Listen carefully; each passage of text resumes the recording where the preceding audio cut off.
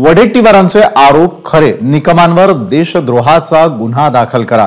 माजी पोलीस अधिकारी एस.एम. मुश्रीफ यांनी ही मागणी केलेली आहे। मुंबईवर दहशतवादी हल्ल्याची माहिती आयबीला मिळालेली होती असा देखील दावा आता मुश्रीफांनी केलेला आहे। आरएसएस निकमांनी शासन आणि कोर्टाची दिशाभूल केलेली आहे असा देखील दावा आता मुश्रीफ करतायत। हू किल्ड करकरे या पुस्तकाचे लेखक माजी पोलीस अधिकारी मुश्रीफांनी आता हा आरोप केलेला आहे। काँग्रेसचं सरकार होतं किंवा बीजेपीचं होतं हा इथला प्रश्न नाही। इथं प्रश्न आरएसएसच्या आयडिओलॉजीचा, त्यांच्या विचारसरणीचा आहे। तेव्हा त्यांच्या विचारसरणीमध्ये जे बसतं ते करतात, मग ते गव्हर्नमेंट काँग्रेसचं असो किंवा ते गव्हर्नमेंट बीजेपीचं असो।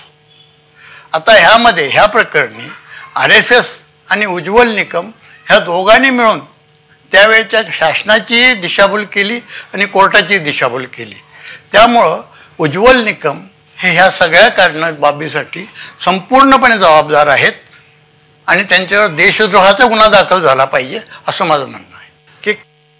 की करकरेंच्या खांद्यापासून म्हणजे मानेजवळून खाली शरीरात पोटाकडे रिव्हॉल्वरनी कुणीतरी गोळ्या मारल्या आणि त्यामुळे त्यांचा मृत्यू झाला। त्यावेळी सरकारी वकील उज्ज्वल निकम होते।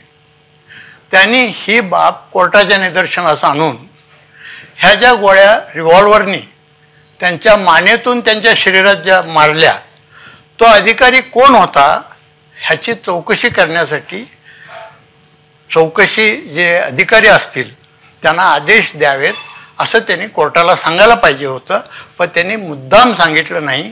कारण त्यांना माहीत होतं की हे करणारा माणूस, हा करणारा जो अधिकारी होता पोलीस अधिकारी, तो आरएसएसशी संबंधित होता, म्हणून त्याने ते जाणीवपूर्वक केलं नाही असं जे वडवत्तीवाल्यांनी जे म्हटलेलं आहे ते 100% खरं आहे। एबीपी माझा, उघडा डोळे बघा नीट।